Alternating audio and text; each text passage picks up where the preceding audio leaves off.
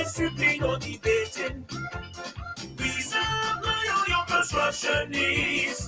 Visit our store today for a deal. Barbados Steelworks, a name you can trust. Quality material, depend on us. Barbados Steelworks, we're more than just steel. Foundation to roof and everything in between. Come to Barbados Steelworks.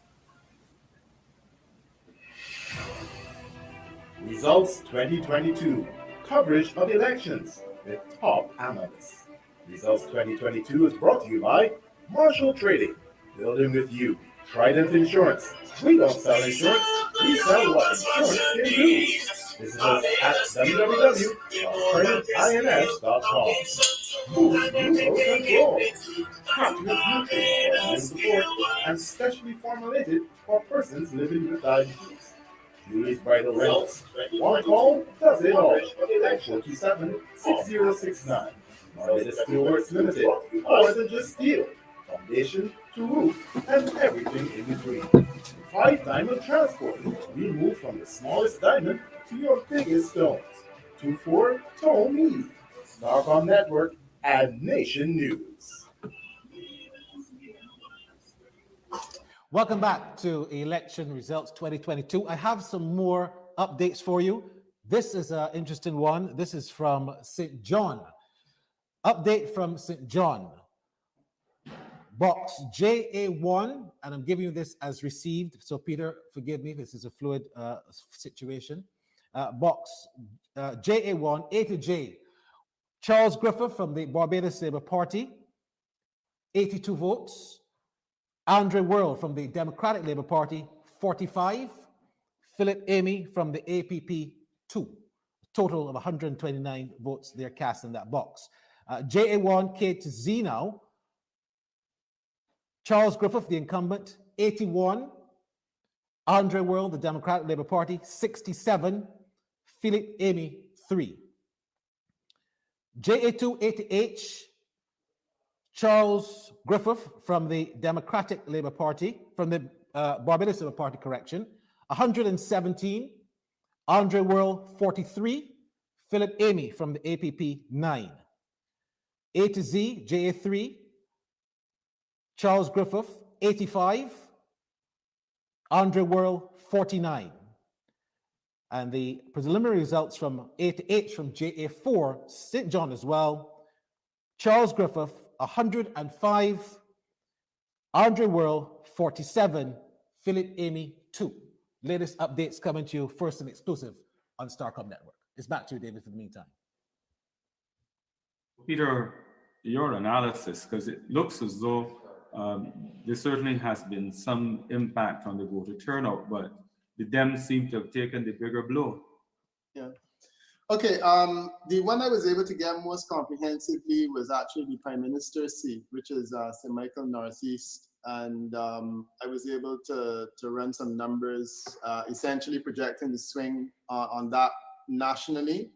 And as it stands now, the swing in that individual constituency, let me make sure I don't make a mistake. Yeah, the swing in that constituency is a minus 3.5% swing against the Barbados Labour Party, which is really very minimal. I should point out that generally speaking, Prime Minister Motley won such a large section of that constituency. Normally, the swing against is normally much higher in those constituencies. So that's not an indication of anything at all. If that performance was carried forward, long and short is that the Barbados Labour Party wins all the seats again, if they're able to maintain that level of performance. And what we saw from St. John subsequently suggests that that is holding true. If you can maintain that level of support in St. John in a place where the swing that you will need is the smallest, and you've been able to minimize the swing in the place where it is largest, which is basically in St. Michael Northeast, to minus 3%, it looks as though we're going to have another 30 love tonight. I will modify the projection as time goes on and we have more data. But essentially, that's where I sit now. That yes, we've had a lower voter turnout, but the Democratic Labour Party has taken the hit in relation to voter turnout, which is consistent with what we would have seen in Jamaica. Okay, Bobby Morris, and then Yes, I like to reiterate what I said before. First of all, it's going to be an election between two parties, the Democratic, the Barbados Labour Party. The second point I will make, again, I reiterate, is that the election has been an election based on the popularity of the leadership. And in the case of Ms. Motley, there has been a job done continuously to present her as super person, superhuman, whether it's at the national or the international level. So in fact, people are voting for Ms. Motley off a created image that she's the best thing for Barbados, she's the best person perhaps in the Caribbean and all of that. That's the image that has been built. I'm not commenting on whether it's right or wrong or correct or incorrect, but I'm saying that the entire campaign, as was the last campaign, was based on the image of Ms. Motley. In one case, it's the Democratic Labour Party trying to tarnish that image. On the other case, it is the Barbados Labour Party presenting this is the image of the leader that we need, and that I think has stuck with the people, and they're voting in support of that. That's my own view. Are we suggesting that issues of financial matters and other issues relating to loan debt repayments, crime, bears very little relevance in this election as opposed to who leads the country in the next 5 years? Is that the issue? That these things don't matter as much to the people? Is that what has been presented? If you're asking me, No, well, yes. anybody, Peter, the answer is yes, my friend. The answer is yes. No, because I am thinking that there are issues, leadership to me. I think that those issues are very important. A lot of those are COVID-related issues, and they're very important. But what this result basically says to me is that those issues are important to us. But we think that the Barbados Labour Party under Prime Minister Motley will handle them better than the Democratic Labour Party under Bertie de Pisa. And I mean, we can discuss whether or not that is a true assessment, but ultimately that's what this data is telling me. I don't believe it says that these issues are not important. What it says is that people have considered these issues, and a lot of them have come up in the polls that we have done, but they have determined that right now, you know, they're happier with the way that they're being handled as opposed to the way that they're likely to be handled. Peter, I just have to stop you. I have a breakdown from Christchurch South, and I think this is pretty important just to get the accuracy of what we would have given you earlier. So Christchurch South, they've completed 3 polling divisions, and those polling divisions are VA 1, 2, and 3. And those breakdown results in VA 1, Ralph Thorne, the incumbent from the Barbados Labour Party, has polled some 165 votes. Mark Laurent from the Democratic Labour Party, 29. Buddy Laria, independent, 6. Donald Leacock, also independent, 10. There was 1 spoiled vote. From VA2 overall, the Barbados Labour Party and Ralph Thorne, 118 votes. The Democratic Labour Party and Mark Laurent, 47. Donald Leacock, 6. And Buddy Laria, 3. 1 spoiled vote. VA3, the Barbados Labour Party and Ralph Thorne, 261 votes. Mark Laurent, the DLP, 54. Leacock, 17. And Buddy Laria, 14. That's the update coming in there from Christchurch South. Another one coming in, of course, we had from Nick Maitland from St. Michael Southeast. MB1 box has been completed to update Santia Bradshaw's tally there. Santia Bradshaw in MB1 complete. Santia Bradshaw from the Barbados Labour Party, 389 votes. Pedro Shepherd from the Democratic Labour Party, 105. Patrick Tannis from the APP, 34. Those are the complete boxes given as we tell you that Barry Allen is going to come in pretty soon and give us a result from his constituency. But first, you're watching Results Election 2022 on Starcom Network. Barbados Steel Works, we're more than just steel. Foundation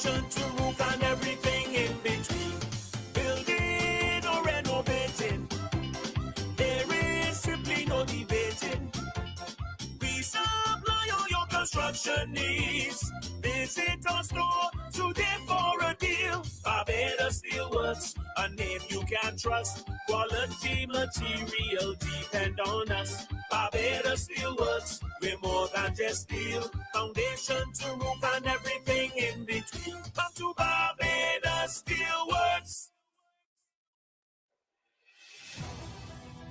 Results 2022. Coverage of elections with top analysts. Results 2022 is brought to you by Marshall Trading, building with you. Trident Insurance. We don't sell insurance, we sell what insurance can do. Visit us at www.tridentins.com. Boost glucose control. Hats with nutrients for immune support and specially formulated for persons living with diabetes. Julie's Bridal Rentals. One call does it all. Call 427-6069. Barbados Steelworks Limited. More than just steel. Foundation to roof and everything in between. 5 Diamond Transport. We move from the smallest diamond to your biggest stones. 24 Tow Me. Starcom Network and Nation News. Election results 2022. We're going to go to Barry Allen shortly, but David, in the meantime, as he gets the count and officer together, we're going to come back to you for some analysis as the update is so far the Barbados Labour Party leading in the constituencies that we have given you results from so far, updates from so far. It's back to you, David, until we join Barry Allen live and direct. Hines. Yes, thank you. I really wanted to comment a bit earlier, but then I heard another result come in, so I can return to it about St. Michael Southeast. And I listened to Ambrose's comment about how hard Patrick Tannis worked in the constituency. And what is interesting, it's really important to note how critical political parties are in this, because Patrick Tannis ran for the seat as well in 2013, and he only lost by 10 votes. So he had 2,392 to Santia Bradshaw's 2,402. So this just shows the difference that a political party makes. It's not so much about how, and I'm not saying that the other candidates didn't work hard as well, but this person already had a reputation in this constituency, did relatively well in the constituency, and possibly could have done well in the future. But moving away from one of the established political parties did this candidate a lot of damage, as we can see. So that even though Pedro Shepherd is not performing too well at this point in time, he far exceeds the quantity of votes that Patrick Tannis received. So just to say a little bit about the established parties versus, to use Ambrose's language, the emerging parties and the kind of ground they will have to gain, despite the fact that they may indeed have good candidates. Well, in the past, what you saw was that after the elections, some of their candidates defected to other parties because they're not confident enough that the parties can carry, the so-called emerging parties can carry them the distance in subsequent elections. But Lisa Cummins, your thoughts? Thanks, David. I like Christina wanted to weigh in a little bit earlier as well, because I don't want to minimize the conversation around Santia Bradshaw in particular. I mean, you have, or even the Prime Minister, you have a lot of this discussion going on around popularity and whether it's mere popularity. Here it is that you have two women. One woman who had an early cancer diagnosis right after she assumed office, spent an entire year getting treatment while still working and maintaining her constituency and her ministry, came back to office and not just assumed her ministry, but took up the responsibility, as has been referred in this meeting, this discussion, of holding on for a prime minister as acting prime minister when prime minister was away. And let's speak about prime minister for a moment. The prime minister, you saw the prime minister not just in everything and in everywhere. This is not about popularity. This is about a woman who has worked and worked and worked to the extent where there have been instances where people have been concerned about her own well-being. You saw her return from having major surgery, and before she could even stand properly, she was addressing a country and back to work. So I don't want us to minimize the substantive work of these two people who have stood up and put their own selves in peril at times and their own health sometimes in second place in service to a country and to a constituency. So let's not minimize this at all about pure popularity or billboards. This is about people who have worked and worked really hard. David, may I come in here? Yeah. First of all, in terms of Tanis, I believe that Tanis was done a disservice before. I believe that Tanis, rather than Grant, should have been running that constituency. And I thought that was not a good thing to do, to put Grant there. And Grant has now switched over to the Barbados Labour Party. And I think Tanis went there more to cut votes than anything else, quite frankly.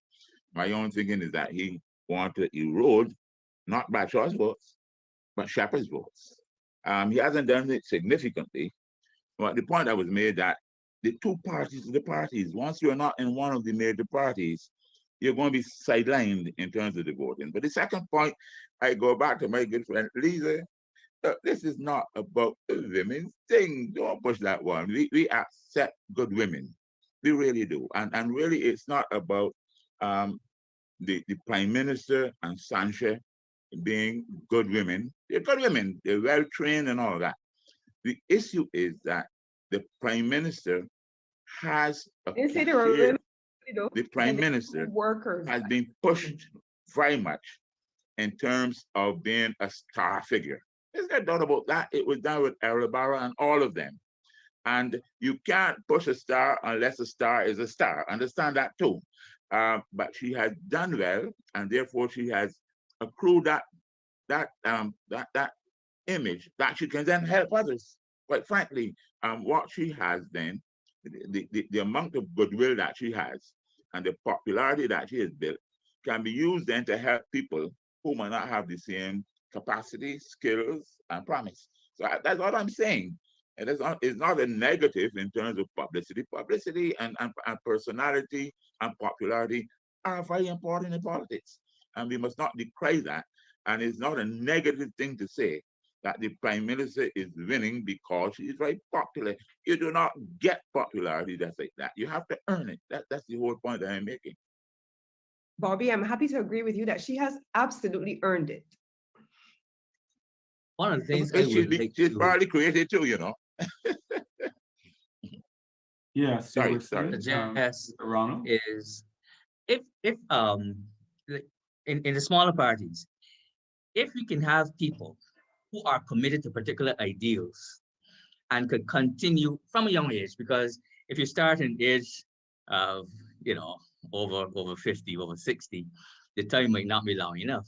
But if you have younger folks within those parties that can continue to push ideals and build people around that, over time you can see emerging parties having members sitting in the House of Parliament. Right. And I think that one of the things we lack is commitment from individuals who are within these parties. As soon as they lose once, they jump to some other party because the idea is not necessarily pushing what their party believes, but getting into Parliament. But may I ask you, Ronald, whether that doesn't have to do with the capacity to stay? You have to be able to support yourself for that long haul. That's 10 years, 15 years. And to a large extent, that's where the problem lies. I agree. And I think that like someone who is in one of the smaller parties, what they should have is an understudy or someone working along with them to ensure that the ideals are perpetuated. But I would like to see the day when we have not just B and D, but sitting in the House, someone from an emerging party. Yeah, you guys are trying to run against the tide, swim against the tide. That is fair. You know how long I've been in this country hearing people talking about the need for a third party, but everyone that has attempted it, and the closest that came to that was the National Democratic Party, which at one stage had 4 seats in Parliament and formed the opposition. But the next elections, nobody wanted to go with them in that way, with the exception of 1 seat, which was really an unusual occurrence. So the real question that is being posed here tonight, there are 2 questions that we may have to look at. And one is, what is going to happen with these so-called emerging parties? And does it make sense to continue in that vein? And there will be a question too about the future of the Democratic Labour Party as well, if the figures that we have had presented so far hold true throughout this election. If indeed we end up with a situation where there is another 30 Love, I think that will be a crushing blow for the Democratic Labour Party. The whole question of not being able to have a presence in Parliament, no subvention for a second term. Bobby, I don't know how you all are looking at that, but I mean, the night is still young. Yeah, the night is still young. Results And coming quite frankly, from St. James North after the break.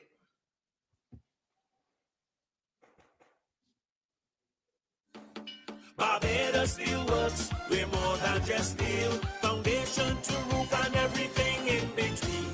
Building or renovating, there is simply no debating. We supply all your construction needs. Visit our store today for a deal. Barbados Steel Works, a name you can trust. Quality material depend on us. Barbados Steel Works, we're more than just steel. Foundation to roof and everything in between. Come to Barbados Steel Works. Results 2022. Coverage of elections with top analysts. Results 2022 is brought to you by Marshall Trading, building with you. Trident Insurance. We don't sell insurance, we sell what insurance can do. Visit us at www.tridentins.com. Boost glucose control. Packed with nutrients for immune support and specially formulated for persons living with diabetes. Julie's Bridal Rentals. One call does it all. Call 427-6069. Barbados Steelworks Limited. More than just steel. Foundation to roof and everything in between. 5 Diamond Transport. We move from the smallest diamond to your biggest stones. 24 Tow Me. Starcom Network and Nation News. St. James North update. Edmund Hinkson, the incumbent from the Barbados Labour Party, box SA1 is completed. Edmund Hinkson from the BLP, 451 votes. Charles Worrell from the Democratic Labour Party, 47, 2 spoiled votes. SA2, just A to I coming in so far. Edmund Hinkson from the BLP, 184 votes. And Charles Worrell, 32. There was 1 spoiled vote. Update from the Christchurch South constituency, and this is an overall update from a different box. We'll get the box number, but the update is Ralph Thorne, the incumbent, 402 votes from the Barbados Labour Party. Mark Laurent, 82. More results coming now from St. John. Charles Griffith, box JA4, 196 votes. Andre Worrell, 104. Philip Amy from the APP, 11. Box JB1. And this is the first victory, quote unquote, for the DLP. Andre Worrell, 167 votes, with Charles Griffith, 1 less, 166. Philip Amy, 8. So there you have an update from those individual constituencies. The Democratic Labour Party winning their first box, coming from St. John by just 1. We'll have more updates as they come to hand. We're going to go back to you, David. And we also have someone on the telephone line who's going to give us an update. Hello, good evening.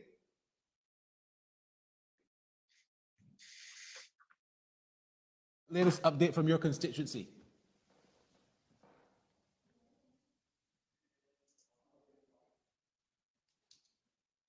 I think we may have to pick it up and come All back right. to that. Yeah, Jason has just dropped out. So David, are going to come back to you, get his result, his update, and then we'll get the official standing as it happened, as is happening. Very fluid situation here with the results coming in. David is back to you for the meantime. Dr. Hines? Yes. Your thoughts? The trend continues. It does continue. I was expecting for the Democratic Labour Party to do a bit better in St. John. My top pick from the beginning has been St. Michael Northwest for the Democratic Labour Party. So I am interested in seeing how those boxes will start coming in.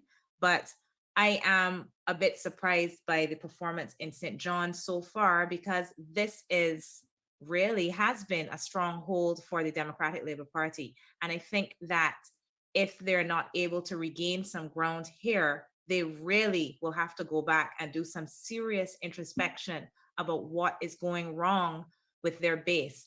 I suspect that what Peter Wickham has said earlier about the aging out of some of their support base is significant. And if that is indeed the case, they really do have to work on seeing how they can get new blood in, not just in terms of candidates, but also in terms of supporters. And that takes me back to that whole discussion about having individuals such as Frondell Stewart on the political platform, not apologizing for the previous 10 years, 2008 to 2018, and calling them glorious. This is a really difficult and a very large pill to swallow for young people in particular. I can speak of my students who I know some of them, former students, are still repaying debts, and some had to drop out. So although maybe from his vantage point, Mr. Stewart's vantage point, this was glorious, for some people, this is a memory that they will not soon or easily forget. So winning some of these persons, their family members, their friends, and so on back over is a serious task to consider. And I wonder whether this result in St. John, where I thought the DLP would perform quite well, is indicative of how problematic the stance and the position of the DLP has been in this campaign.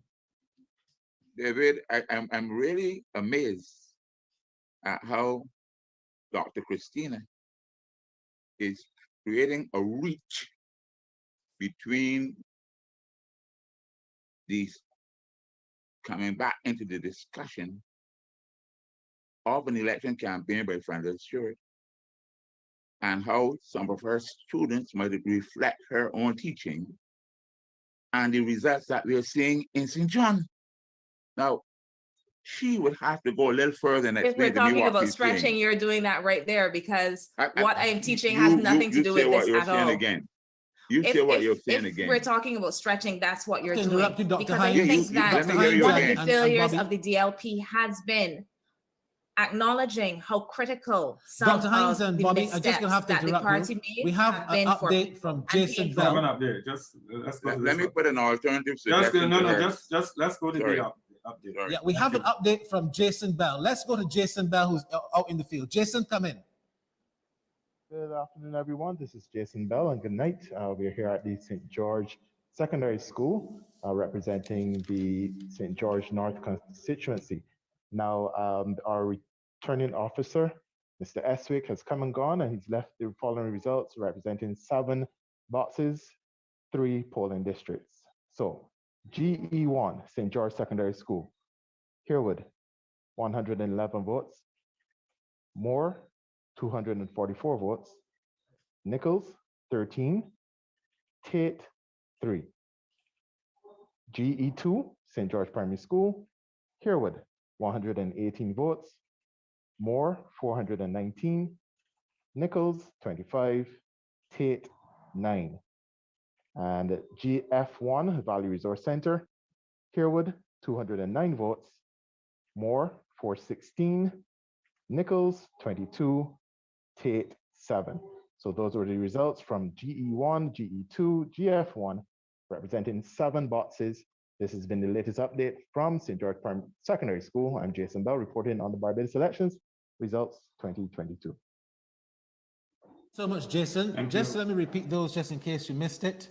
Tony Moore, of course, this is the most recent incumbent, if you want to call her that. She had, of course, the by-election would have been in October 2020. And 416 to 209 in that first box.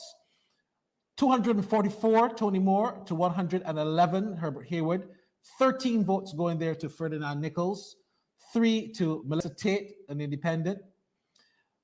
Tony Moore, 419 in the box JF2 to 118 to Herbert Hayward.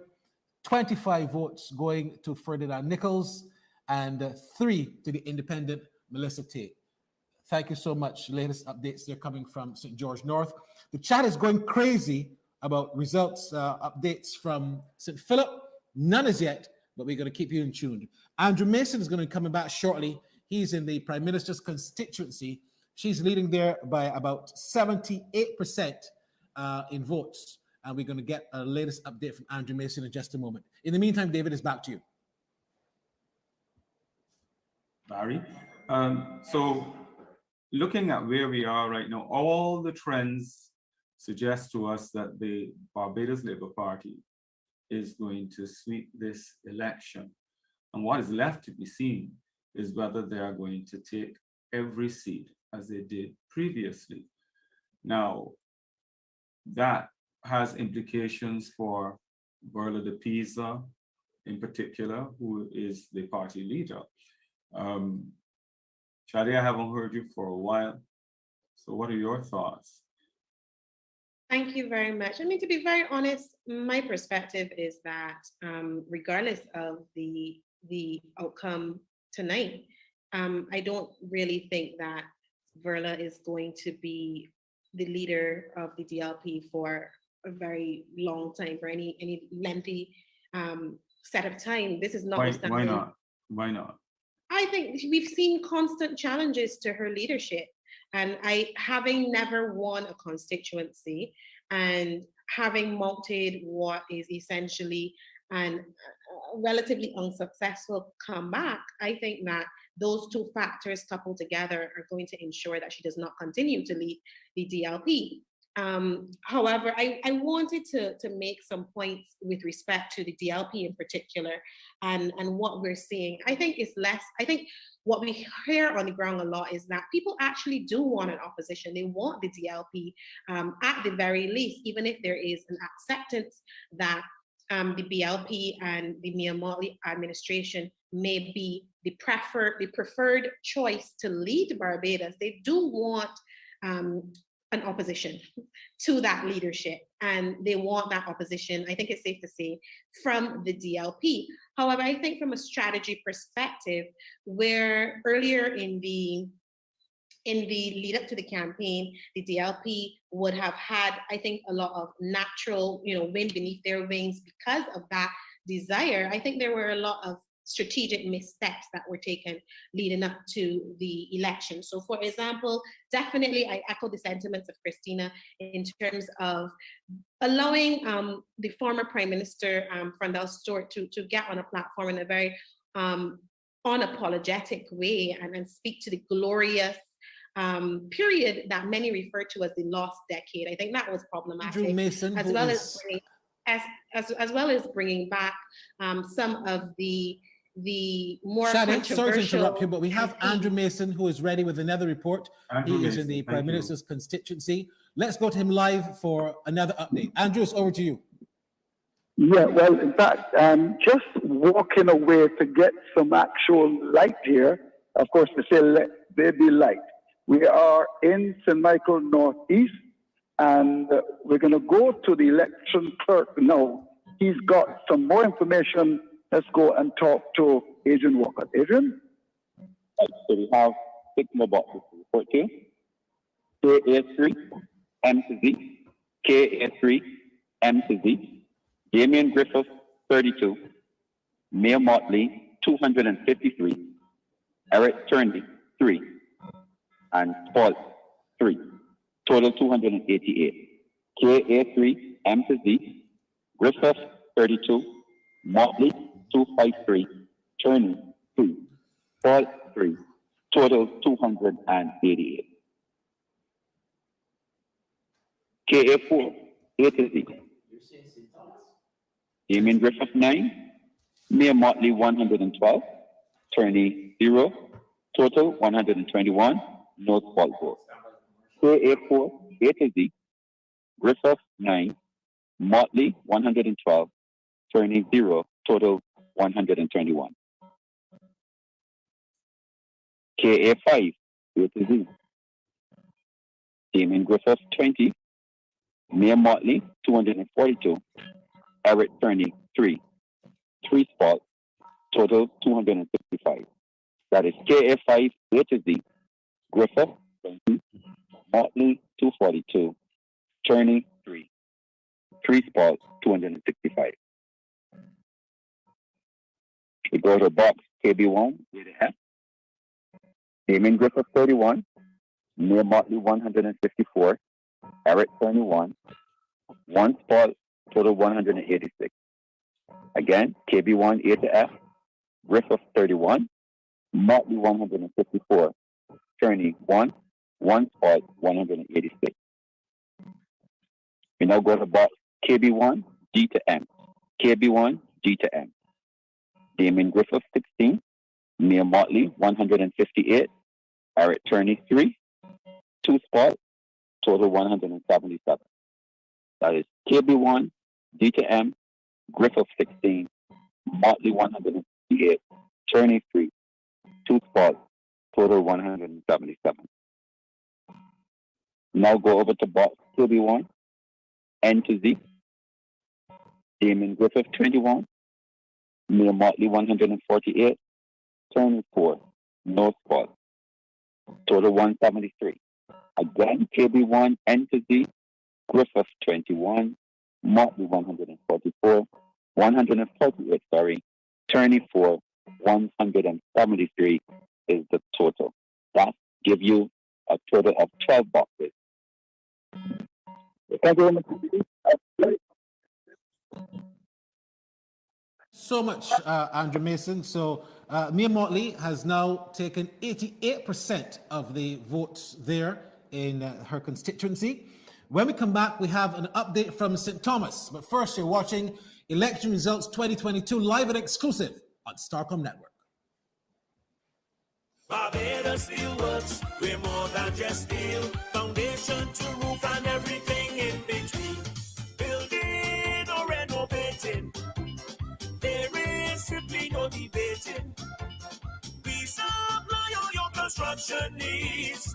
Visit our store today for a deal. Barbados Steel Works, a name you can trust. Quality material depend on us. Barbados Steel Works, we're more than just steel. Foundation to roof and everything in between. Come to Barbados Steel Works. Results 2022. Coverage of elections with top analysts. Results 2022 is brought to you by Marshall Trading, building with you. Trident Insurance. We don't sell insurance, we sell what insurance can do. Visit us at www.tridentins.com. Boost glucose control. Packed with nutrients for immune support and specially formulated for persons living with diabetes. Julie's Bridal Rentals. One call does it all. Call 427-6069. Barbados Steelworks Limited. More than just steel. Foundation to roof and everything in between. 5 Diamond Transport. We move from the smallest diamond to your biggest stones. 24 Tow Me. Starcom Network and Nation News. Welcome back. Let's go to Ken Husbands, who is in the parish of St. Thomas. Of course, Cynthia Ford, the incumbent for the Barbados Labour Party, Dr. Rorick Hines from the Democratic Labour Party, Philip Catlin from the BSP, and Independent Sammy Maynard. Ken, what is the very latest with the boxes that you have? We only have 2 boxes so far. Good evening to you. TA1 and TA2. Unfortunately, we have them compiled together. TA1 and TA2, BLP 632, DLP 127, BSP, that's Mr. Catlin, 22, and the Independent Sam Bernard 12. I'll repeat that quickly for you. TA1 and TA2, BLP 632, GLP 127, BSP 22, and Independent 12. That gives me a total of 793 in those 2 boxes. All right, thank you so much, Ken. Just to repeat then, Cynthia Ford the Barbados Labour Party, 632. The DLP, Dr. Rorik Hines, 127. Philip Catlin, of course, he was the gentleman that was behind the injunction, polling some 22 votes. And the independent Simon Maynard posting so far some 12. Let's go to St. Lucie. Barry Allen is in St. Lucie, and we have the first update, I believe, from St. Lucie. Do we have Barry Allen online as yet? Okay, no, they are still indeed getting that tally together. We'll come back in a moment with Barry Allen. But we can also let you know. I'm right here, Barry. You can go to the right here. Facebook, Instagram, and our other social media pages to get all of the results that we're giving you. They're being posted there. I believe we have Barry Allen now. Let's go to St. Lucie and hear what's the very latest there. Barry, go ahead. Hi, good evening, Barry. Welcome, guys. I'm here at the Darrell Jordan Secondary School in St. Lucie. The returning presiding officer, Mr. Colin Cumberbatch, he just brought us the first 5 boxes for the constituency of St. Lucie. And I can give you an early indication that the incumbent, Mr. Peter Phillips, he started off pretty strongly. So let me give you those results now. In polling box LA1, A to G, Mr. Phillips received 130 votes, 130. Verla de Pisa, the president of the Democratic Labour Party, she received 77 votes. Wayne Griffith, the candidate for the Alliance Party for Progress, he received 7 votes, and there was 1 spoiled vote. The total number of votes in that box was 215. In polling box LA1 H to Z, Peter Phillips received 120 votes. Verla de Pisa received 79 votes. Mr. Wayne Griffith of the APP, he received 4 votes. The total amount of votes in that box was 203, and there were no spoiled votes. In LA2, A to E, Mr. Phillips, he received 186 votes. Mr. Pisa received 68 votes. Mr. Griffith from the APP, he received 12 votes. The total number of votes were 266 cast. In LA2, F to H, Mr. Phillips received 163 votes. Ms. DePisa received 50 votes, 50, and Mr. Griffith received 12 votes. The total number of votes cast in that box was 225. There were no spoiled votes. And the 5th box, LA2, I to Z, Mr. Phillips, again, maintaining his pretty strong advantage so far. He received 189 votes. Mr. Pisa received 68 votes. Mr. Griffith received 9 votes. There were 267 votes cast, and there was 1 spoiled vote. So what I can tell you here in St. Lucie is that the incumbent, Mr. Phillips, in the first 5 boxes has started out pretty strongly. That's it here from the Darrell Jordan School, Barry. Thank you. Thank you very much, Barry Allen. So Peter Phillips, the incumbent from the Barbados Labour Party, they're leading overall now by some 69% in votes there over Verla de Pisa. I'll come back to you, Barry, in a moment, just to let you know it was Dr. Colin Cumberbatch who was the returning officer, just as a minor correction. Gentlemen and ladies, of course, is back to you for some analysis as you continue to get the updates coming in now more fast and furious, live and exclusive on Starcom Network. David? Let me come to Peter and get his analysis. Peter? Yeah, thanks, David. No, I mean, it's looking fairly clear to me. The one modification is St. John, and I'll just see if I can give you, I can share this screen with you in relation to the projections that I have for the various constituencies. I think this is big enough that we can see. This basically gives you what the projections are based on the data that's coming in. And if you look at St. John is actually now, the Barbados Labour Party is still leading, but the lead has been narrowed somewhat, and the projection is actually within one could say within reach. So I would say at this stage, St. John might look probable. The problem is, first, with St. John is that it's a massive constituency in terms of land mass, so there are a whole lot more boxes to come in, and there's ample opportunity for that to change. But that has been narrowed somewhat by the more recent results that came in. St. Lucie, however, is going clearly in a direction away from the staying with the Barbados Labour Party. The 68% that it is, the swing in St. Lucie is minimal. against the Barbados Labour Party. It's not even a full percentage point. And it says to me that Verla de Pisa is not going to make up the ground that she needs to make up if she's going to be able to take that seat. That does not surprise me. I've done detailed examinations of St. John and more or less concluded that St. John is, St. Lucie is a constituency that doesn't look as though it's going back to the Democratic Labour Party in a hurry. Maybe it will take another 10 years or so, but it definitely seems to be going with the Barbados Labour Party. The trend is clear, you know, we have a projection that is showing a Barbados Labour Party victory, a comfortable Barbados Labour Party victory. We still have to hear about St. Philip. Those seats are interesting, but I already am comfortable that if we did this projection, the Democratic Labour Party is back to square one with no seats. The conversation about what happens to Verla de Pisa after this is all over is one I wanted to weigh in on. I don't know if you guys remember, but the Constitution of Barbados was changed to facilitate the parliamentary presence of the losing party in a situation where all of the seats are lost, which basically means that if the Barbados Labour Party manages to win all the seats, the DLP is not, then fortunately— I have an update coming in from St. Michael Southeast. 3 more boxes have been completed, and I will give you those results. The incumbent, Santa Bradshaw, NC1, 242 votes. Pedro Shepherd, the Democratic Labour Party, 38. Patrick Tannis, 13 from the APP. Box NC2 also completed. Santa Bradshaw, 358. Pedro Shepherd, the DLP, 118. Patrick Tannis, APP, 25. Box NC3 also completed. Santa Bradshaw, 128. Pedro Shepherd, 74. Patrick Tannis, 9. It now means that in St. Michael Southeast projection there, Santa Bradshaw maintaining 78% of the vote and commanding a pretty big lead. Latest update from St. Michael Southeast. Back to you, Peter and David, for an analysis.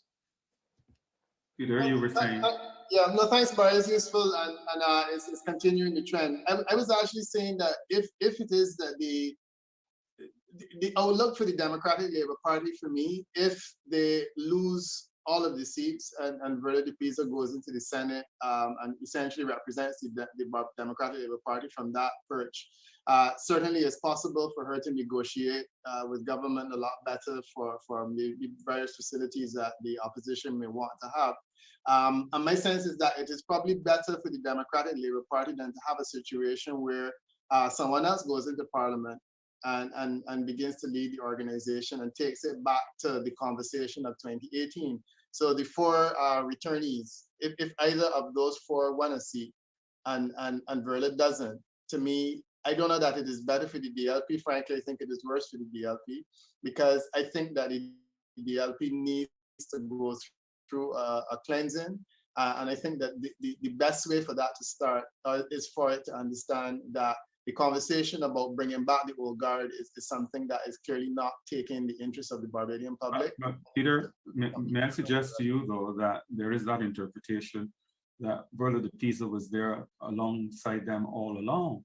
And therefore, to say that she must be the one that you put in the Senate, in those circumstances, I know the women will talk about the feminist side of it or the misogynistic side of things, but at the end of the day, having lost as many times as she has, if she loses it here tonight, will not encourage anyone to really want to support her in that regard. And just look at this angle, the angle of looking for a completely new person and a younger person, because I remember asking somebody from Jamaica, what went wrong with the PMP? And that person's view was that they changed leadership within the same generation.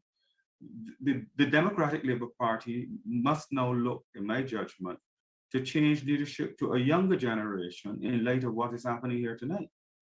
I'm not disagreeing for 1 minute, David. It's just that my reading of the constitutional change says that the person that leads the party that gets the second most votes goes into the Senate. And I guess she can identify one. That doesn't tie your hands? In other words, let me put it this way. But If you- David, you're right. Just let me finish the point. I'm As just you saying have. that this is where the conversation begins in terms of what is legislatively required. But my feeling is that Berta should put her leadership up for grabs, which means that you can then negotiate there maybe to replace yourself with someone else. But I agree that she's finished. I'm just saying that what has happened is that there is a constitutional provision available to her that would actually allow the DLP to assume some relevance or some legitimacy in the opposition, even though not in the lower house. And I think it is better for that to happen than for one of the former persons to go in and to go into the lower house and lead the Democratic Labour Party from there and start the whole conversation again. Any comment? I think both of the ladies want to comment. Yeah. Yeah, actually, because I was making this very point before when the results came in and I wasn't permitted to finish, which was essentially that I think the strategic missteps that the DLP has made would have essentially, so there's a degree to which the BLP, I think, has won this election. I will go so far as to say that, but there's also a degree to which I think the DLP has actually lost the election, taken certain decisions and made certain strategic moves that has taken even the wind out of that, the natural wind, the need for that opposition out of it. And apart from the fact of, as I mentioned, that very unapologetic, almost arrogant stance around what has been described as the lost decade, there's also been, I think, a lot of positive response to the younger candidates, but they have been juxtaposed to these older candidates that have some baggage. And when I say older, I don't mean age. Like you said, Verla herself has never won a constituency. And that is particularly, I think, problematic for if she is going to continue to lead. I think that there is a lot of potential in some of the other emerging candidates. For example, Ronnie Yearwood in St. James South. I think there's been a lot of attention paid to Domery in St. George South. And I think that those types of candidates that bring a new dimension to the DLP, I think, need to be allowed to take the party forward if it is going to be able to mount an opposition, whether that be from the Senate or otherwise. Lisa? Thanks. I Coming in agree from with Shadi. St. But I also Michael wanted North. This is Davidson Ishmael, the Barbados Labour Party, Ricardo Harrison from the Democratic Labour Party, and Maria Phillips from the APP. Results are as follows. DA1, A to H, Davidson Ishmael, 120 votes, Ricardo Harrison, 48, Maria Phillips, 12, there was one spoiled vote. DA2, I to Z, Davidson Ishmael, 103 votes, Ricardo Harrison, 32, Maria Phillips, 25, 2 spoiled votes. DA3, A to Z, which is a complete box, Davidson Ishmael, 198 votes, Ricardo Harrison, 37, Maria Phillips, 9, and there were no spoiled votes. Overall, Barbados Labour Party, 431, DLP, 117, the APP just having 34. A lead there for Mr. Ishmael of 72% in that particular constituency. Update from St. James North, which we told you about earlier. The latest update there in St. James North. Edmund Hinkson, 376 votes. Worrell, 77, 2 spoilt. SA3 in total. Edmund Hinkson, 207 votes. Worrell, 60, and there were some 2 spoilt votes.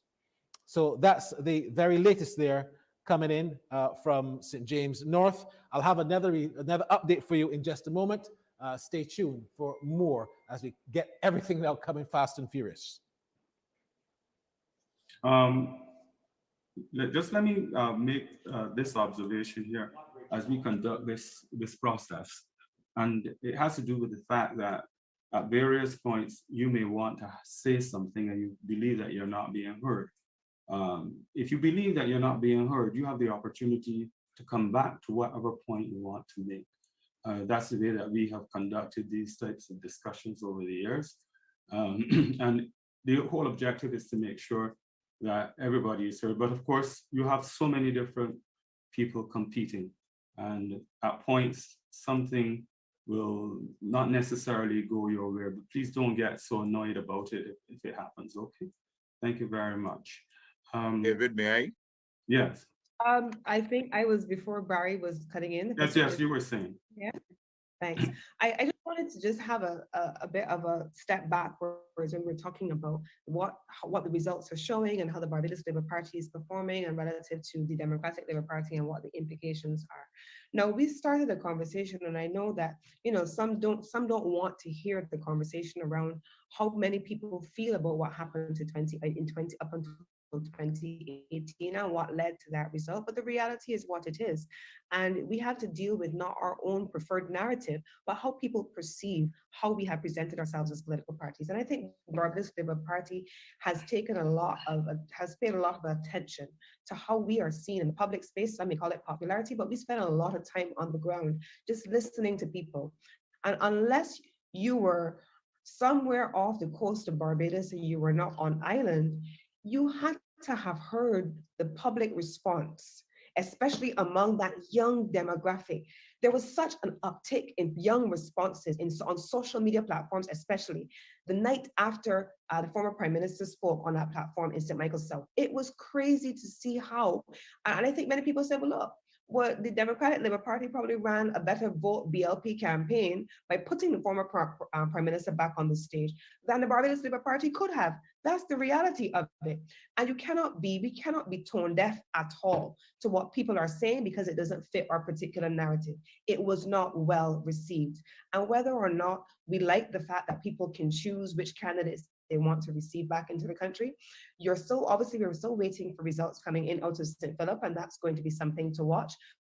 But there has to be something said about a party that was dealt the hand it was dealt in 2018 and did not go through or allow itself to go through a full transformation internally that then allowed people to see it differently externally. And I think that the Democratic Labour Party continues to do itself a disservice. Not that we in the Barbados Labour Party are complaining, but you have to think about it. Go ahead, Barry, sorry. Yeah, one of the issues, the first update coming from the city of Bridgetown. I'd like to make a comment when Barry finishes. Yeah, the incumbent seat, of course, is held by the BLP, all newcomers per se. Corey Lane from the BLP, Keymore Stewart from the Democratic Labour Party, Fallon Best Independent, and from the APP, Marva Lashley Todd. Updates from BA1, A to Z. Corey Lane, 152 votes. Keymore Stewart, 14. Fallon Best, 6. Lashley Todd, 1. Box BA2 complete, A to Z. Corey Lane, 164 votes. Keymore Stewart, 39. Lashley Todd, 10. Fallon Best, 7. Box BA3 complete, A to Z. Corey Lane, 158 votes. Keymore Stewart, 47. 7 to Lashley Todd, and there was one spoilt. Fallon Best, getting some 7 votes. Christchurch, is this Christchurch East Central? Yes, Christchurch East Central. Just let's get the correct candidates there. But we do have an update from Christchurch East Central. Sean Tudor from the APP, Jeanette Eiffel from the BFP, Ryan Strawn from the BLP, and Rashid Belgrave from the DLP. Box CA1 complete. And this is actually not Christchurch East Central. This is actually Christchurch West Central. So just let me correct that. Adrian Ford from the BLP, Ms. Dimont from the DLP, Kenneth Lewis from the Solutions Barbados, and Belfield Belgrave from the APP. So just let's correct that. And these are the results. Adrian Medic Ford, CA1 complete, 277 votes. From the DLP, Dimont 80, Belgrave 23, Lewis 13. CB1 complete, Adrian Ford, 121 votes. Renette Demont, 16. Belgrave, 13. And Lewis, 3. CCN, incomplete, but N to Z. Adrian Ford, 94. Renette Demont, 35. Belgrave, 11. Lewis, 6. CA2, incomplete, but boxes A to E. Adrian Ford, 117. Renette Demont, 29. Belgrave, 9. And Kenneth Lewis, 2. Box CA2 F to N, incomplete. Update. Adrian Ford, 125 votes. Renette Demont, 36. Belgrave, 6. And Kenneth Lewis, 2. Update there from Christchurch West Central. First update, St. James South. Box SF1, the incumbent Sandra Husbands, 319 votes for the Barbados Labour Party. For the Democratic Labour Party, Ronnie Haywood, 262. Update, box SF1, St. James South again. Sandra Husbands, 319. Ronnie Haywood, 262. We go back to West Central, a lead then for Adrian Ford, commanding lead of 73%. For Sandra Husbands, it's just 58% at this stage, but that was just one box. It's back to you for some analysis after the break, and then we have more boxes right here for you, live and exclusive on Starcom Network. Barbados Steel Works, we're more than just steel. Foundation to roof and everything in between. Building or renovating, there is simply no debating. We supply all your construction needs. Visit our store today for a deal. Barbados Steel Works, a name you can trust. Quality material depend on us. Barbados Steel Works, we're more than just steel. Foundation to roof and everything in between. Come to Barbados Steel Works. Results 2022. Coverage of elections with top analysts. Results 2022 is brought to you by Marshall Trading, building with you. Trident Insurance. We don't sell insurance, we sell what insurance can do. Visit us at www.tridentins.com. Boost glucose control. Packed with nutrients for immune support and specially formulated for persons living with diabetes. Julie's Bridal Rentals. One call does it all. Call 427-6069. Barbados Steelworks Limited. More than just steel. Foundation to roof and everything in between. 5 Diamond Transport. We move from the smallest diamond to your biggest stones. 24 Tow Me. Starcom Network and Nation News. You, David, just 2 points of interest. Constituency, but do you have anything at all there? Yeah, before we get back to you, David, 2 points of interest. One, we have an update from St. John. This is a further update. Box GB2, Griffith from the BLP, 283. Worrell from the DLP, 87. Philip Amy, 7. JC1, Griffith, 83. Worrell, 65. Amy, 26. And box JC2 now complete as well. Griffith, 167. Worrell, 219. And Amy, 12. St. George South, update. Dwight Sutherland, incumbent, 190. Donry Armstrong for the Democratic Labour Party, 45. Holligan, 5, weeks 3. Box GA2, Sutherland, 75. Armstrong, 25. Holligan, 1, weeks 1. Box GA3, complete. Sutherland, 162. Armstrong, 29. Holligan, 1, weeks 4. Box GB1, complete. Sutherland, 365. Armstrong, 80. Holligan, 7, weeks 9.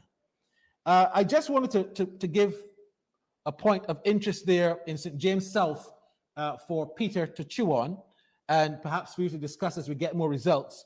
In 2018, box SF1, which is complete, the Democratic Labour Party polled 261. On this occasion, they just polled one more, 262. Sandra Husbands would have polled 461, and she's now dropped to 319. It's the only drop in the BLP that we've seen so far in terms of the drastic drop in boxes. She leads by 58%, but is the only drop in the boxes in terms of the support that the Barbados Labour Party has had all night. I'll hand it over to you, Peter, for some analysis as I get more results coming in.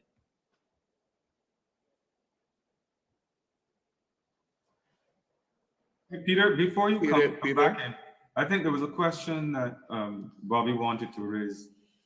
I was a little thrown when we were getting information from Christchurch East Central. Those are the names I heard: Christchurch East Central, Strawn, and Belgrave. And then we went over to West Central. Something happened there in terms of what Barry was announcing to us, because I'm sure he started out with Christchurch East Central, naming Strawn and Belgrave. And then I'm hearing Belgrave and West Central.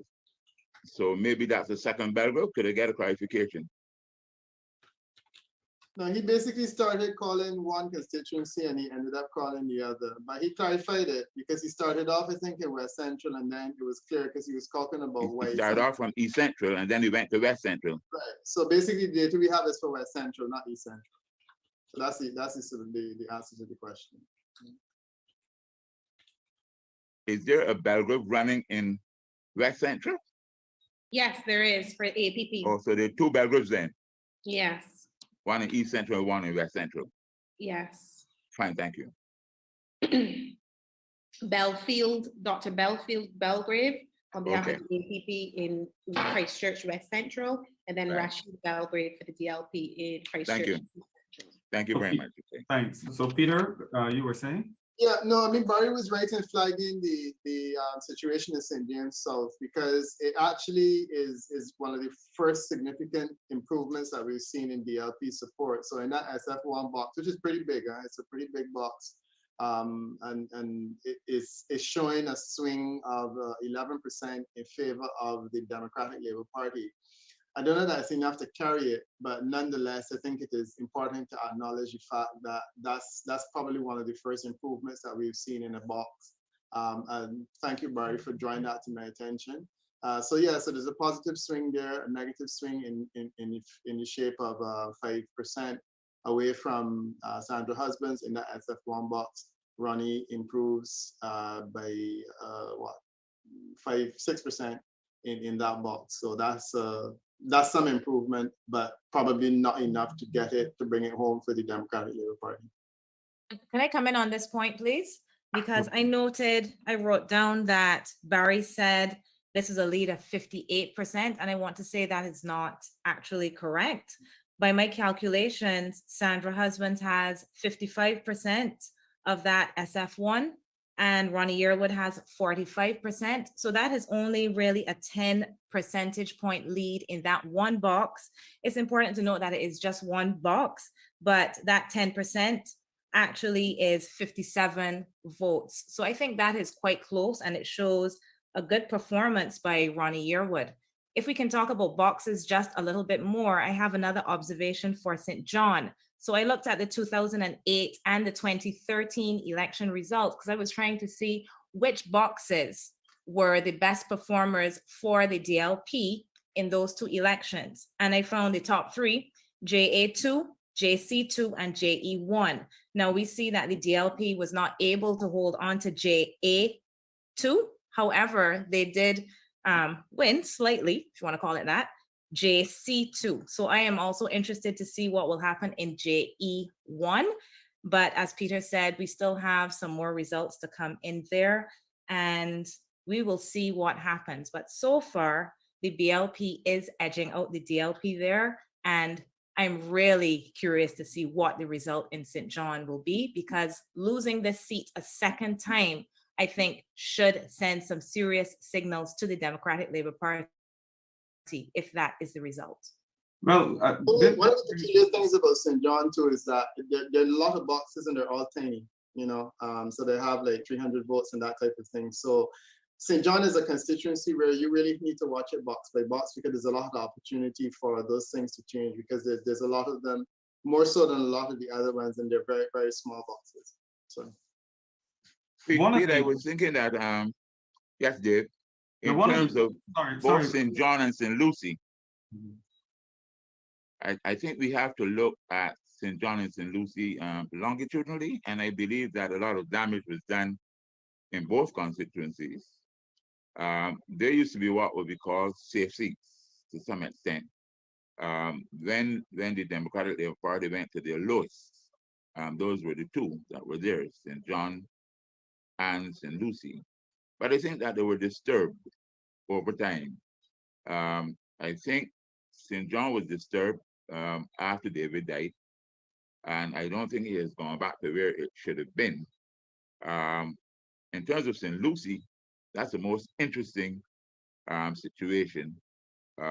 Again, you're talking about Roy Braffett getting a seat some time ago when Evelyn was there, and then it was really Peter Phillips who came in since then, and he's consolidated. So something is happening in those two constituencies, and as you said, as Peter said, the Dems have to look at themselves very carefully, because those used to be very, very strong seats for the Democratic Labour Party. So something has happened. I am not too sure it has just to do with the macro situation in terms of what happened in 2018. I believe there's something micro that has to be looked at. I wanted to come back to this St. James constituency with Sandra Husbands and Ronnie Yearwood, because we haven't spoken about some of the younger people that we heard on the platforms and what is the assessment that we have formed on them. But I heard positive things about Ronnie Yearwood on the platform. And that's what points me in the direction of suggesting that if there's an opportunity for somebody to go into the Senate, as has been suggested earlier, then it may make more sense to look for someone like him. The Dems themselves will then have to look and compare and contrast him with any of the others that they have. But if his numbers turn out to be some of the better numbers in a very bad situation here tonight, I would think that that would be a good opportunity to look critically at someone like him. I see, Shade, what do you think about it? I actually think, if I had to, and I've said this before on Twitter and in other spaces, and Ronnie's even said to me, I'm going to get him in trouble by saying it, but I think that Ronnie is an excellent prospect for a future leader of the DLP. And I've foreseen a situation where, perhaps he could be the one that secures a seat and therefore becomes the leader of the opposition. I definitely saw that as a possible scenario. I will continue to watch that constituency with some interest. I do think that Ronnie in particular has a lot of potential. And he is the type of candidate that you would typically see on the BLP side. And it's interesting that that's where he would have started before moving to the DLP. So I will be very interested to see what the DLP does with him. I can jump in on that as well. I think let's not forget that the first person who would have echoed your sentiment, Shade, would have been the late Right Honorable Owen Arthur, who would have engaged with Ronnie as a youngster in St. Peter. And we would have seen Ronnie contesting the same St. James South nomination against Sandra at the time and losing on the Barbados Labour Party ticket, losing the nomination to Sandra Husbands, and then continuing to work with the Barbados Labour Party for whatever his own personal reasons are in terms of his ambitions politically. He has made the decision to switch to the Democratic Labour Party, and he's now running on a ticket. And it goes back to the points which were made earlier, I believe, by you, David, about the smaller parties. There is value, even in persons switching from one party to the other, in the two major political parties, the Barbados Labour Party and the Democratic Labour Party, straight fight at all times, because you see the difference between a Patrick Tanis running for Democratic Labour Party and switching to a smaller party in St. Michael Southeast, as opposed to a Ronnie Yearwood coming up under the Barbados Labour Party wanting to run under the Barbados Labour Party and then finding themselves running the Democratic Labour Party and performing as we are seeing so far. So, there is some things definitely to be said also on the second point of allowing those new candidates under the Democratic Labour Party and those young people, in particular people who typically you would, as Shade said, see on the Barbados Labour Party side, very progressive, young, very, very actively involved in a lot of social activity, very visible. When you see those kinds of candidates, you have to give them an opportunity to come to the fore. Okay, do we have some thank you very much, results? David. We have two new updates. We have two new updates coming to hand. Let's go to the constituency of St. Peter. EA1 A to G. Colin Jordan of the Barbados Labour Party, the incumbent, 149. Alwyn Babb, the Democratic Labour Party, 70. Lindron Scanterbury, that's Pastor Lindron Scanterbury, 8. Michael Thompson, 1. Box EA1 H to Z. Jordan, 156. Babb, 60. Scanterbury, 3. Thompson, 0. First results for the boxes completed coming from St. James Central. SJ1, box A to Z. Kerry Simmons, the incumbent from the Barbados Labour Party, some 23 votes. Paul Gibson for the Democratic Labour Party, 14. Aline, 1. And Jordan, that's Joseph Jordan, independent, and Erskine Aline, 1, also independent. Box SJ2 A to Z, also complete. Kerry Simmons, 107. Gibson, 56. Aline, 5. Jordan, 2. Box SJ3 A to H. Simmons, 165. Gibson, 68. Aline, 5. Jordan, 3. 2 spoiled votes. SJ3 I to Z. Simmons, 150. Gibson, 56. Aline, 6. Jordan, 5. 2 spoiled votes. SK1 A to Z complete. Simmons, 136. Gibson, 76. Aline, 6. Jordan, 1. Total votes so far: Simmons from the Barbados Labour Party, 581. Gibson, 270. Aline, 23. And Jordan, 12. I also have an update from the city of Bridgetown. This is box BC1 A to Z. Corey Lane from the Barbados Labour Party, 63. Kimar Stewart, 10. Lashley Todd, 6. Fallon Best, 3. It has to be noted as well that the counting has started very late in St. Philip South. In fact, it only got underway about 45 minutes ago. So those results are going to be coming pretty late from St. Philip South, it seems. The counting started very late. We wait to hear why that happened. Update as well, coming from St. Michael South East. This has been dominated by Santa Bradshaw, and that continues. NC4 box, Santa Bradshaw, 245. Pedro Shepherd, 74. Patrick Tanis, 17. Box NC5 complete. Bradshaw, 243. Shepherd, 50. Tanis, 22. There were 3 spoiled votes in the seat. More results from Christchurch South, which has been dominated again by the incumbent Ralph Thorne. VA4 complete. Ralph Thorne, 263 votes from the BLP. Mark Leroy for the DLP, 62. Buddy Laria, independent, 8. And Donald Leacock, 15. Box VA5 also complete. Ralph Thorne, 287. Mark Leroy, 44. Laria, 4. And Leacock, 9. The latest there from Christchurch South.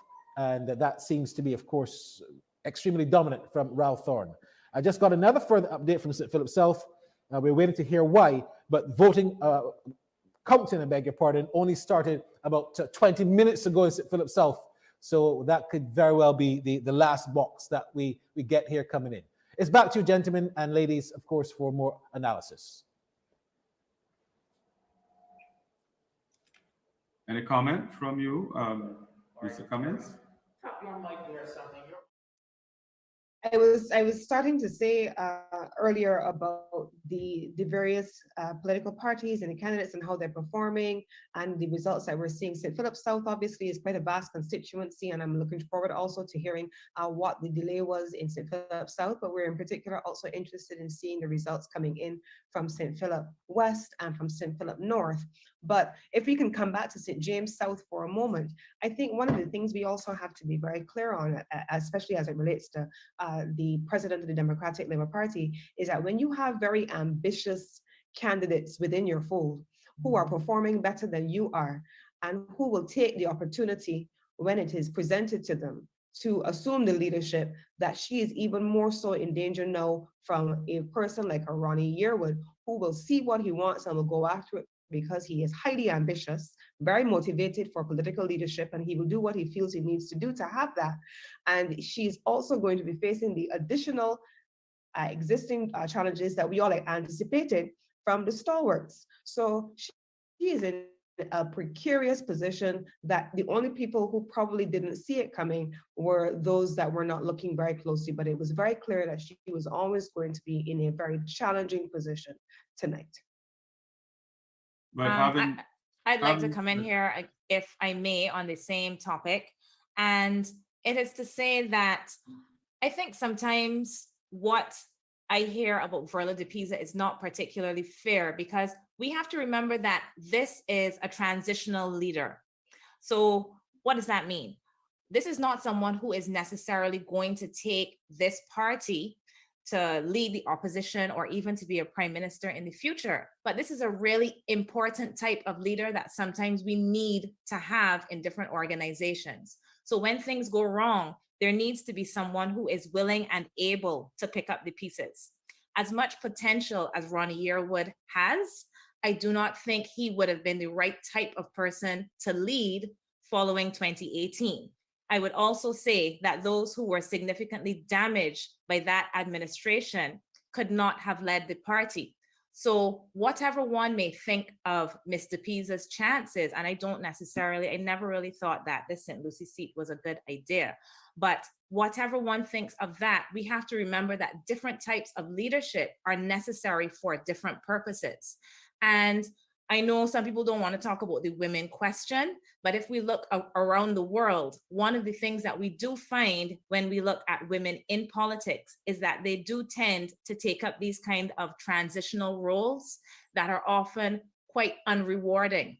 We saw that in the UK, Theresa May with Brexit, a really kind of difficult situation that she was put in. That's a transitional leader. We also see this in post-conflict situations. This is sometimes the time at which we see women entering the top spots in political leadership. We also have seen this after things such as financial and economic crises update coming in of the world. Update coming in, Dr. Hines from St. Michael's South Central, which I have to give you right away because they're getting the updates more frequently. This is a very interesting seat that many have been looking forward to. St. Michael's South Central with the incumbent Marcia Cattle, Richard Seeley of the Democratic Labour Party, and David Gill from the APP. Box RA1 complete A to Z. Marcia Cattle, 175 votes. Richard Seeley, 80. Gill, 9. RA2, A to G incomplete. Marcia Cattle, 68. Richard Seeley, 44. Gill, 11. Box RA2, H to Z incomplete. Marcia Cattle, currently 77. Richard Seeley, 12, and Gill, 64. So the APP there, I think for the first time, winning over another party, which I guess Peter might also want to discuss. Updates there coming from St. Michael's South Central. Back to you, Dr. Hines and Peter Wickham and David. Yes, Dr. Hines, you were saying. I pretty much made my point about different types of leadership. So I think that this is an important role that Ms. de Pisa played in at least resuscitating a party at a point in time when this was necessary. Whether she will be an opposition leader, well, it looks quite doubtful right now, but whether she can be an opposition leader or even a future prime minister, I don't think is as important as this role that she has played for the Democratic Labour Party. And I think that the party itself should be quite thankful that they had someone like this who could lead them into an election.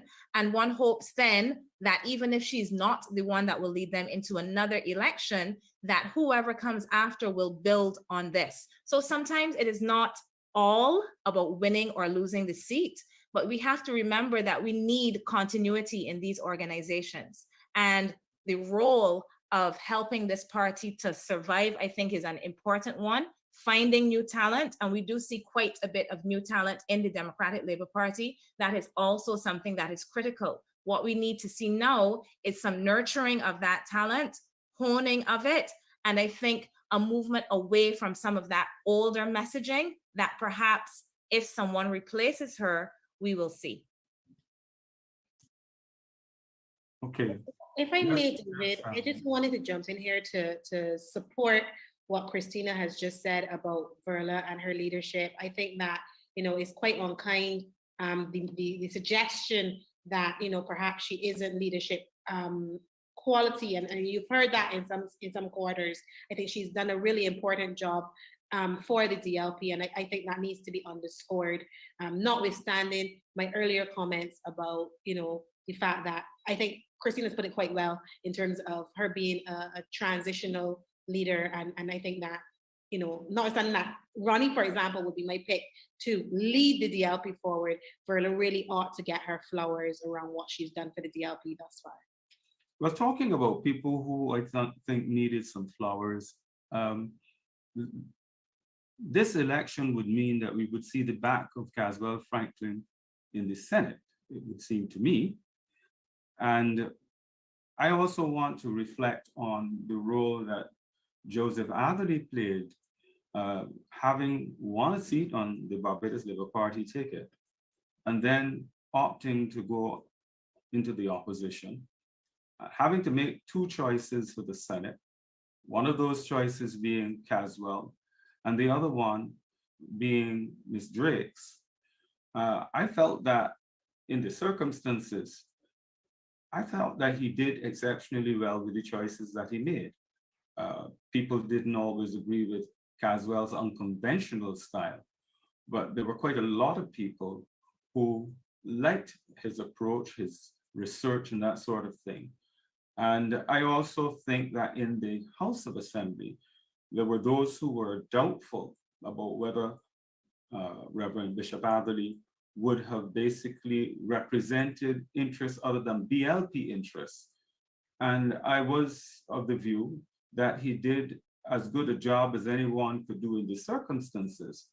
And therefore, I think this, what is playing out here, is going to be a completely different dynamic based upon the changes that have been made. But I wonder, what are the other thoughts on this? I'd like to come in on this. I spent some time in the Senate with Caswell over the last little while, and I am not sure if I would say that this spells the end of Caswell, because I think the notion that there are some people who are microphone, they've never seen a microphone that they didn't like, probably best describes my former colleague in the Senate. I'm not quite sure that he would know how to avoid being in the spotlight, even for things where he ought not to be. But that's a different matter. As it relates to Reverend Atherley, yes, he would have won on a Barbados Labour Party ticket, but I think the more problematic issue is not just where you started, but where you ended up. So you started out on a Barbados Labour Party ticket, won on the Barbados Labour Party ticket and the machinery behind you, switched and created your own party immediately after the election, and then created your own political party. Sorry, I am told that we're getting a result from St. Philip North. Barry, tell us what's happening there. I was just getting the actual count, David, but I can confirm that Michael Lashley, after 3 boxes counted in St. Philip North, Michael Lashley is in the lead. We're getting the breakdown, compiling that, and I'll come back to you. But like I said, update, 3 boxes in St. Philip North completed, and Michael Lashley is indeed in the lead. I'll get the breakdown for you, David, and get right back to you. Thank you very much. Lisa? Dave, I wanted to intervene, Dave. I was saying. Just, yeah, let Lisa complete, and then I'll come to you. Sure. Thanks. Mhm. So I was saying there that not only did you switch parties the day after you won on a Barbados Labour Party ticket and within machinery, but then when the election was called, you switched constituencies. And so I think really the beginning ended up the way it started, very deeply problematic, with many people feeling as though they had been betrayed, and you not feeling, and people not looking on to say, well, this is someone who has the capacity to lead because they have clarity of purpose, or they are committed to anything in particular. And that really is going to be something that will come to define what I can only describe as a culmination of Joanna Lee's political career, which will most likely end tonight. Most likely end tonight, but as I said, that's your observation about how he would be perceived at the end of it is one thing. I was speaking more about the contribution that he made while he served as opposition leader, and I'm among the people who would say that, you know, he did well in the circumstances. Your point is something that can be debated by others. Yes. I'm sure I see Peter. Yes, Robert Mines. I'm not sure Caswell is a politician, quite frankly. I think he's an excellent trade unionist, and I hope he stays there. But that's another discussion, because I think a lot of the discourse has been on individuals who should be leader and not. But elections are about constituencies too, not who you send forward to be the representative. And the question is, to what extent are the constituencies changing? And one of the areas here we're thinking about is certainly what has been happening in St. Lucie and what has been happening in St. John. Because once those were considered to be very, very strong Democratic Labour Party constituencies, and they've now changed. Does that have something to do with the candidates that have been sent forward, or has been something happening within the dynamics of the constituency themselves? Now, I believe that there's a bit of both going on here. And I believe St. John was disturbed from the time that Mara Thompson was sent there. I believe the dynamics started to change significantly. And once she left, the decision about who should go next, because she got more votes than David Thompson, and she was no politician. So you're talking there not about a role that she played per se, because that would be sympathy votes, but it also changed the dynamics of how you examined that particular constituency. So Andre is in there now, and quite frankly, I thought he would have a difficulty in dislodging the person who's there. Once he's done some work, the incumbent, is very difficult when you're coming from outside to dislodge that person. So I think we need to look sometimes not just at the individuals, but who would be leader here and there and so on. But let's look at some of the constituency too and what is happening there. I go to St. Lucie, therefore. St. Lucie was a very strong Democratic Labour Party constituency, and now Berla is going back home as such in terms of her hometown. And so far, the votes have not been supportive of that particular move. So the question is, what has happened in St. Lucie? I have my own answers there in terms of what happened in the last 2 or 3 elections in St. Lucie. Who was the person who was the, if you want to call it, on the ground manager of Peter Phillips' campaign. Bobby, we have some more updates that we have to give you. And I think that's something to be looked We have at. some more updates we have to give you, Bobby. 2 updates. This is a further update now from St. James South. Box SF2 complete. Sandra Husbands, the incumbent, 434 votes. Ronnie Yearwood, Democratic Labour Party, 230. Box SF3 complete. Sandra Husbands, 258 votes. Ronnie Yearwood, 151. First results from boxes completed in St. Michael South. Those boxes read: Kirk Humphrey, box UAI, 172 from the Barbados Labour Party. Kevin Miller from the Democratic Labour Party, 36. Alex Mitchell, just 4. First update now from Christchurch East. Wilfred Abrams, the incumbent for Barbados Labour Party, 181. Dr. Dennis Lowe from the Democratic Labour Party, 49. Pauline Corbin, 10. Brian Talma, 1. Victor Knight, 6. Box XA1, I to Z. Wilfred Abrams, 166. Dr. Dennis Lowe, 64. Victor Knight, 5. Pauline Corbin, 4. Brian Talma, 4. Box XA2, A to H. Wilfred Abrams, 227. Dr. Dennis Lowe, 67. Brian Talma, 3. Victor Knight, 7. Pauline Corbin, 3. And XA2, I to Z. Wilfred Abrams, 185. Pauline Corbin, 5. Dr. Dennis Lowe, 67. Brian Talma, 2. And Victor Knight getting some 6 votes. Let's head to St. Joseph. First updates coming there from St. Joseph. Dale Marshall, Barbados Labour Party, of course, the incumbent, 284 votes, box OA1. Randall Rouse, 169. Dale Marshall, OA2, 204 votes, Rouse, 67. OB1, Marshall, 126, Rouse, 66. Box OA4, Marshall, 78, and Rouse, 36.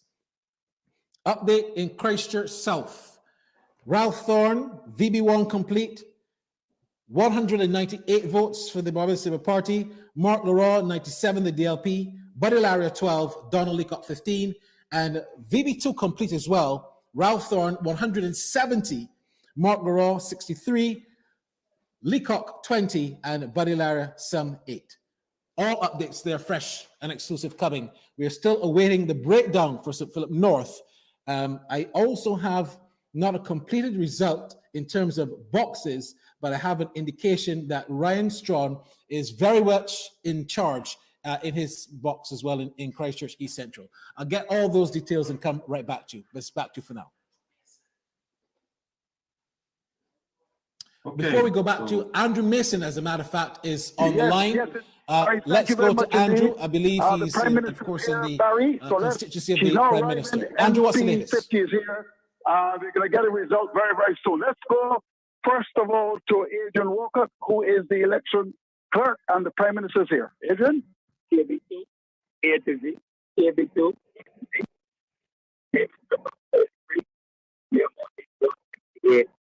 Attorney 2 12. KB2, A to Z, Damien Griffith 33, Neil Motley 168, Eric Attorney 3 12.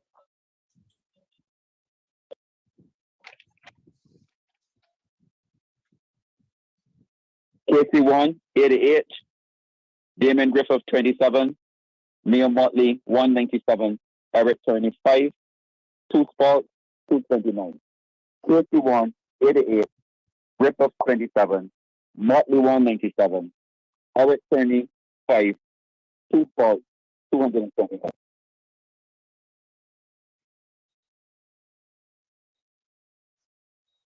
KC1, I to Z, KC1, I to Z. Damien Griffith, 28. Mia Motley, 202. Eric Turney, 7. No spot, 237. KC1, I to Z. Griffith, 28. Motley, 202. Turney, 7. 237. KC2, A to F. Damien Griffith, 26. Mia Motley, 116. Eric Turney, 2. No spot, 144. KC2, A to F. Griffith, 26. Motley, 116. Turney, 2. 144. KC2, G to M. KC2, G to M. Griffith, 18. Motley, 148. Turney, 3. 1 spot, 169. Again, KC2, G to M. Griffith 18, Motley 148, Turney 3, 1 spot, 169.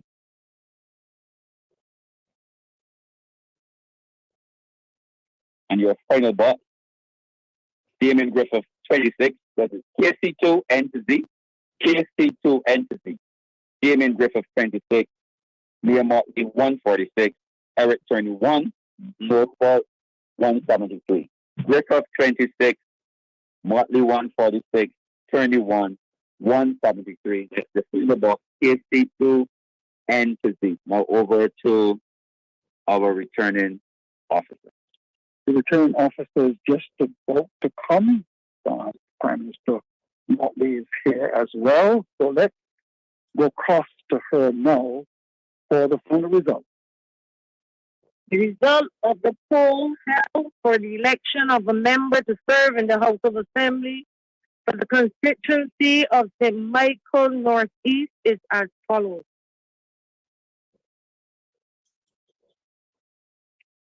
Damien Griffith, 476 votes. Mayor Motley, 3,216 votes. Eric Turney, 48 votes.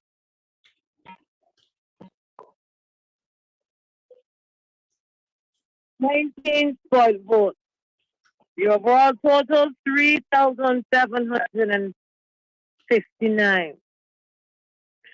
I therefore declare Ms. Mayor Amor Motley to be elected and to be duly chosen representative for the constituency of St. Michael Northeast to serve in the House of Assembly in this island.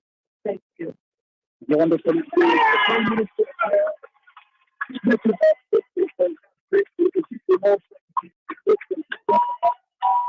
Actually, the technical quality is not the best. And she won in 1994. And she's, of course, very much with us. So we're going to try to see if we can get a word with her.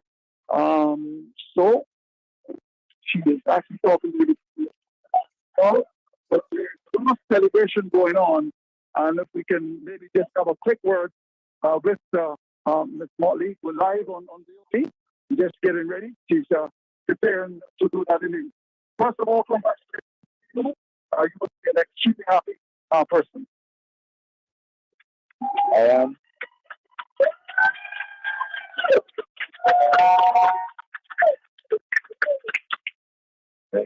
First want to give thanks to God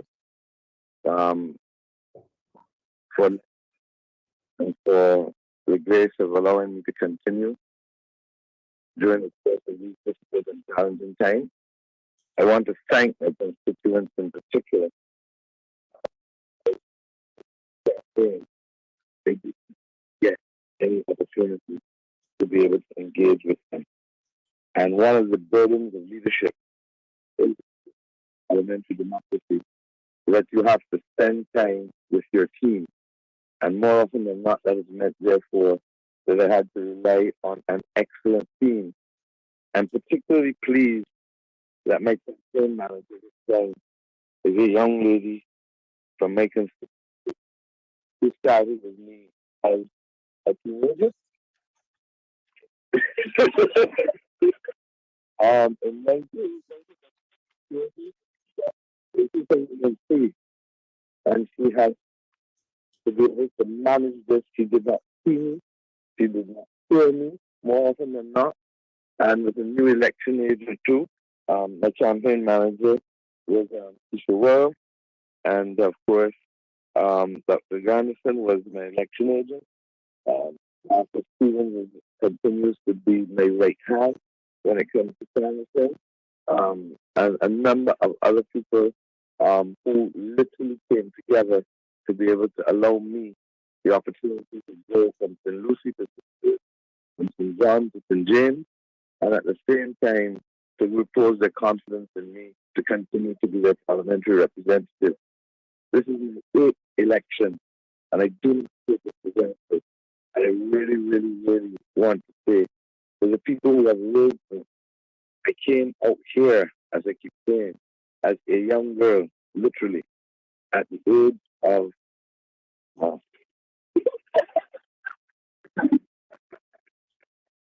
at the age of 22 when I was first elected. My brother, who is here and who was my campaign agent, was at that time 11 years old. And on that first occasion when I lost, I had gone to the house of witness result. And he woke me up at 2 o'clock in the morning. Said, me, lose. So as I walked into the night, he said, you win. So I think that may well be the second circle going forward. I want to say thank you to my parents who are not here. Really would not be who I am. And I say thank you. My mother is normally here at every political event. But once again, the first day that I was nominated, she was having a medical procedure the next day.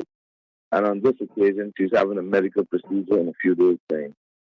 So that has been difficult to carry as well. But I want to say to both of them, especially at this time and the difficulties of COVID, thank you, and I love them very much. And to my sister and brother who are here, my other community agents, and Sue and Debbie, who are also here, and who have been, with the exception of any as it comes now to the issues facing this constituency, we have started a lot of work. For many of my constituents, they bore the burden of being my constituents for the 10 years of office. Therefore, roads were the national put on trees for the full 10 years. They work at the Barbados district in terms of Turcot. They work at the stadium as the put on trees because of COVID and the new national stadium that is to come. And there are a number of other projects that we're going to be able to do. Tonight I'll have the opportunity, I'm sure, to speak to you later with respect to the national issue, but instrumental issue. The school that my grandfather attended and became a teacher. We want to thank you, Andrew. We want to thank you and the Prime Minister. Unfortunately, the audio quality is inaudible. We're not hearing, and we have to just cut that interview. We're going to ask Andrew if you can get the Prime Minister and yourself to get in a better position so we can get the audio quality and actually hear what she is saying. So we'll definitely come back to Andrew Mason with that interview. Well done. Congratulations to the Prime Minister winning the first overall seat, 3,216, Griffith 476, Turney 48. Now, I have the breakdown from St. Philip North as we continue. We'll get back to Andrew. The breakdown for St. Philip North is as follows. Box PA1 A to H, Michael Lashley, the Democratic Labour Party, 141. Sonia Brown, 110. Nigel Newton, 4. Wayne Beckles, 2. Omar Small, 1. Box PA1 I to Z, Michael Lashley, 119. Sonia Brown, 90. Nigel Newton, 8. Wayne Beckles, 3. Orman Smith, 3. Box PB1 A to H, Michael Lashley, 119. Sonia Brown, 99. Nigel Newton, 9. Wayne Beckles, 6. And Omar Smith, 1. And box PB1 I to Z, Michael Lashley, 141. Sonia Brown, 139. Nigel Newton, 9. Wayne Beckles, 4. And Omar Smith, none. Now, we also tell you that in Christchurch South, that's about to be completed as well. The box of VB3, Ralph Thorne, 250. Mark Laurent, 168. Badilaria, 15. Donna Leacock, 24. In St. James North, update there, SB1, Edmund Hinkson, 240.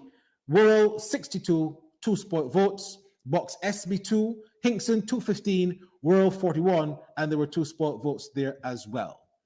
There is also an update coming from, well, this is the first one that we're getting. This is now from St. Michael with none other than Mr.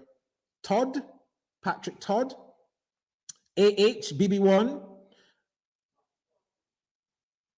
This is actually City of Bridgetown, correction, coming in.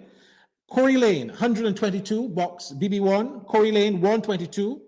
Lashley Todd, 2. Keymar Stewart, 36, 1 spoiled vote.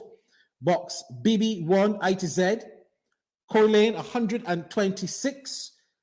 Kimar Stewart 17, Lashley Todd 3, Fallon Bess 3, Box BB 2, Corey Lane 248, Kimar Stewart 53, Fallon Bess 5, Lashley Todd 5, and there was one spoiled vote there.